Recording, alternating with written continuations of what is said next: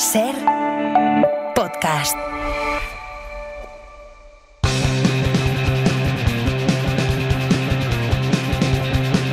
Hoy por hoy Magazine.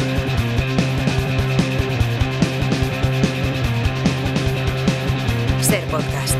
¿Qué significa la palabra tú? ¿Qué significa la palabra hogar? ¿Qué significa la palabra ser?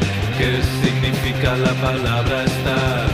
¿Qué significa que no sientes nada cuando... Vamos a repasar la actualidad con las gafas de la lengua. Puede que echemos manos del látigo, no lo sé, ahora lo veremos, porque en Radio Sevilla nos está escuchando ya Lola Pons, nuestra profesora de lengua, que nos va a resolver dudas de las palabras que han estado de actualidad estas últimas semanas. Lola, ¿qué tal? Muy buenos días. Buenos días, Ángels. Ha habido cumbre de la OTAN en La Haya la semana pasada, en la que se ha firmado un histórico acuerdo sobre los gastos en defensa.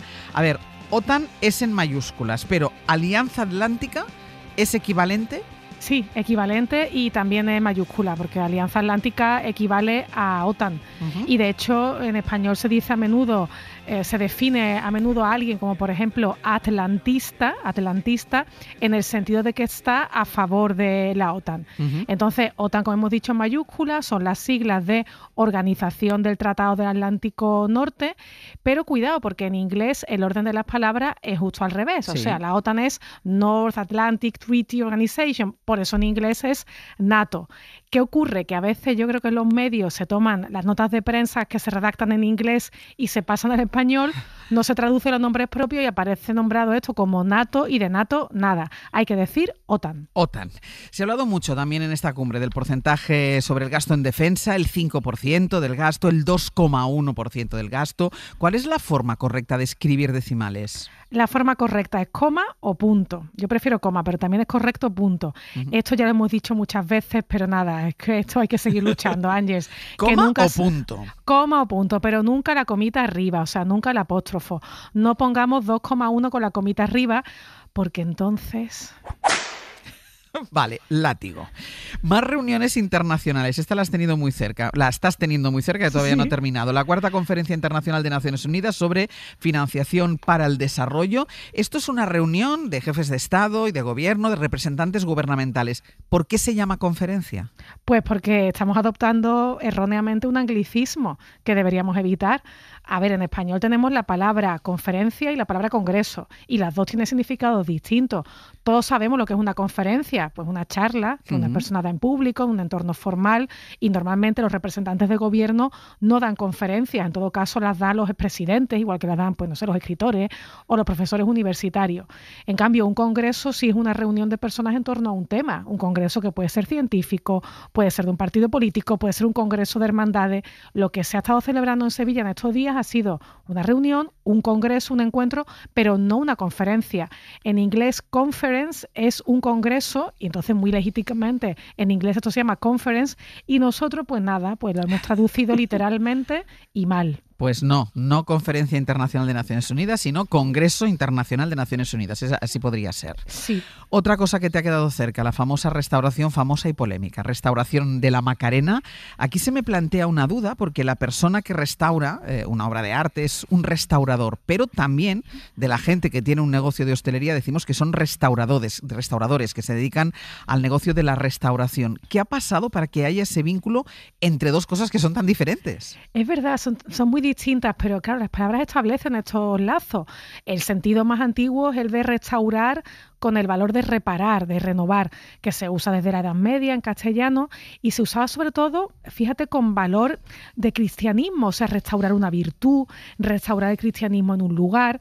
Después surgió el segundo valor, que es el de restaurar algo, por ejemplo, un artesano.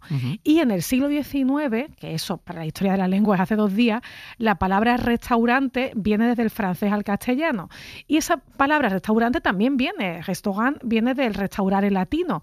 Y el sentido que es precioso es el de que tú te paras a comer en un sitio y eso te repara, o sea, te restaura.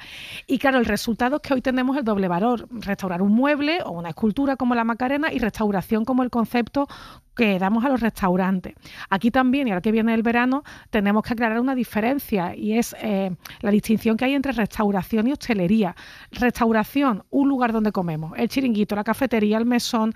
Hostelería incluye tanto el alojamiento, pensión, casa rural, como la restauración. O sea, hostelería es un título más amplio que restauración. Y el nuevo anglicismo de estas semanas ha sido doxing, doxear, o sea, revelar quién es la persona que está detrás de una cuenta con seudónimo en las redes sociales.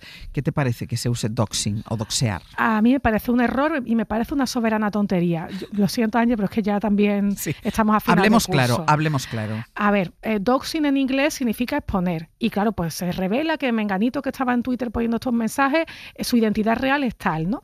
Esto de revelar la identidad de alguien es algo que se ha hecho desde hace décadas porque es muy propio de investigaciones periodísticas y necesitamos esa investigación. Pienso, por ejemplo, lo que nos gustaría saber quién es Banksy, el famoso grafitero, o ponerle cara a un enigmático escritor como Thomas Pynchon, del que no tenemos prácticamente ninguna foto. Quienes logran saber esas identidades nos las están revelando, nos las están descubriendo. Si decimos que están haciendo doxing, pues a mí me suena eso a running, me suena incluso a balconing, me suena algo de aficionados, a una cosa menor.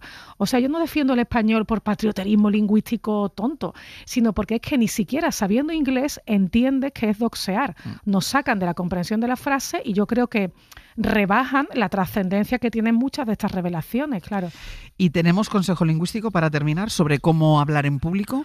Bueno, traigo un truco. A ver. Un truco que he pedido que lo apliquemos para todas esas personas que hablan en público y que hacen una intervención que va a ser grabada, subido a las redes. Por ejemplo, Ángeles, te pongo un ejemplo práctico. A ti te dan un premio, tú subes al escenario a recogerlo, das las gracias y dices, ay, pues yo aquí en este sitio hace 10 años vine y me pasó una cosa preciosa. Bueno, eso se graba, lo entienden las personas que están allí viéndote, lo entienden las personas que ven el vídeo al día siguiente, pero 6 años después a lo mejor yo me topo con ese vídeo y no sé dónde estabas o no sé de qué momento hablas. Entonces, yo sugiero que cuando nos van a grabar nos geolocalicemos, que por ejemplo digas, pues mira, aquí en Granada hace 6 años, en el año tal, me pasó.